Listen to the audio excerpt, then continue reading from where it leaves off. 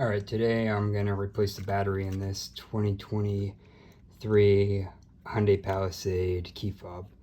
First step, press this little button on the back and pull out this key, the manual key. Then if you look over on this side,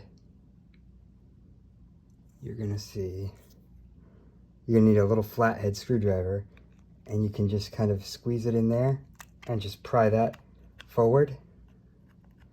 Down like that,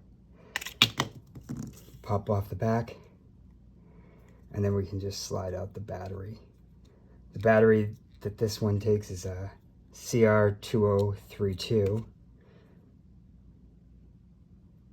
which I have the replacement right here that I've already pre-opened up. The plus side